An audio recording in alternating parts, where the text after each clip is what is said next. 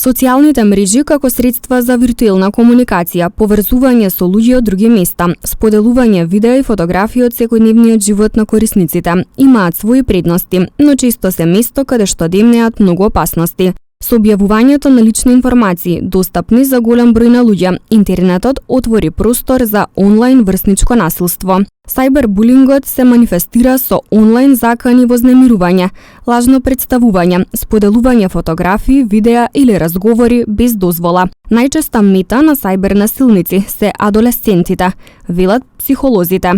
Ситуацијата можеби изгледа подобрена, немаме тепање, немаме удирање, ама тоа е лажно подобрување, затоа што тоа насилство, како што реков, е префрлено на социјалните мрежи. За жал, многу често и тоа што некогаш ќе го видиме како физичко насилство, во основа е причинето и започнато на социјалните мрежи.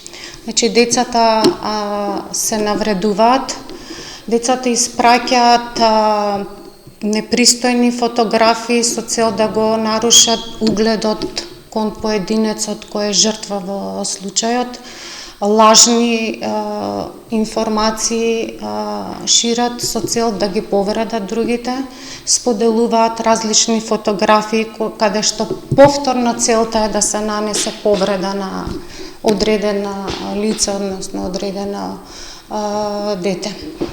И точно е дека многу повеќе е присутно, посебно кај децата на поголема возраст, за разлика од помалите дечиња, каде што насилството започнува уште од најраната возраст и ние можеме да го забележиме во градинките, во парковите, каде што нешто се грабнува, каде што се децата меѓу себе ќе покажат некое такво однесување, ќе се удират, ќе си потурнат и така натаму. А за сајбер насилството, пак ќе повторам дека е потипично за поголемата возраст. Психолозите исто така советуваат децата жртви на сајбербулинг, ваквиот вид на малтретирање да го пријават најпрво кај родителите, а потоа и во училиштата каде што учат, со цел да им се излезе во пресред, односно да се спречат последиците од таквиот вид вознемирување, кои, како што велат психолозите, можат да бидат изразени во форма на анксиозност, депресија и намалена самодоверба.